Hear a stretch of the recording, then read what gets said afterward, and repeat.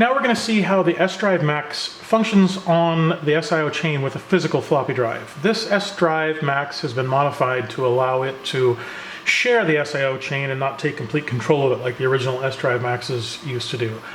This one will operate fine with or without physical floppies on the chain, and you can take files from the SDrive-MAX and copy into the physical floppy. You can take files that are on the physical floppy drive and copy them to images on the SDrive-MAX.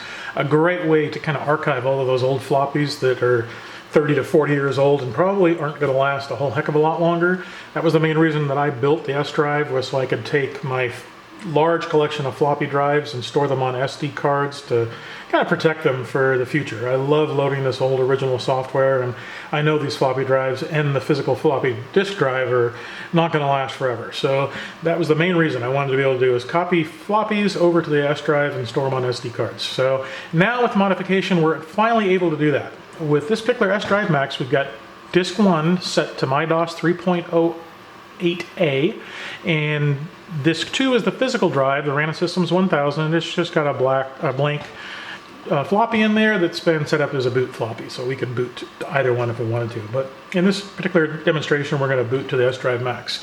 We'll turn on the computer, and the SDrive-MAX D1 is loading DOS. And we'll go into DOS.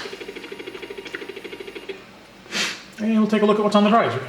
Look at drive 1, which is the SDrive-MAX boot disk, and we've got DOS dupe and test.bas. This just is a small basic program I wrote to amaze you with my programming skills. Actually, I just wrote it so we can copy it back and forth to floppy drives.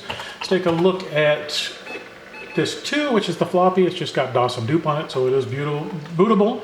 And we do have a disk 3 image on the SDrive. I just call it blank ATR, and it's just got all run DOS and dupe. It's just another basically boot disk I wanted to create so we can move files around.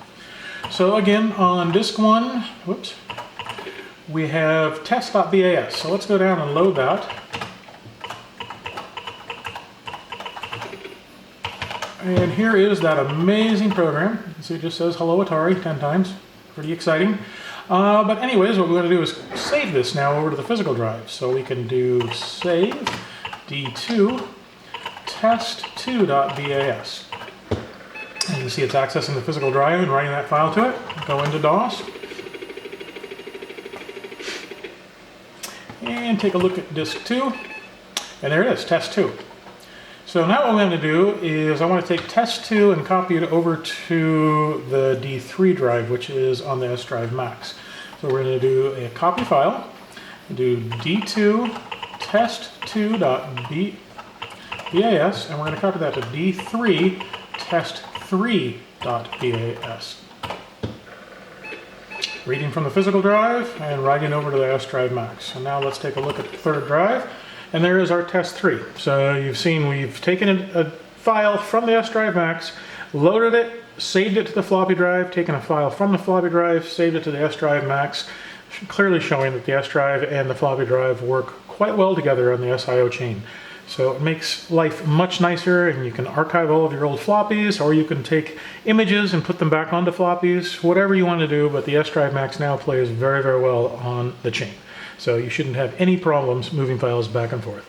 And of course, you could have more than one physical drive, and you just set, say if we had D2 and D3 as physical drives, you'd just come along and put D3 and you'd blank it out, and that way the computer will see D1 is our SDrive-MAX, D2 and D3 would be physical drives, D4 we could set another image and it would be the SDrive-MAX, or any combination thereof.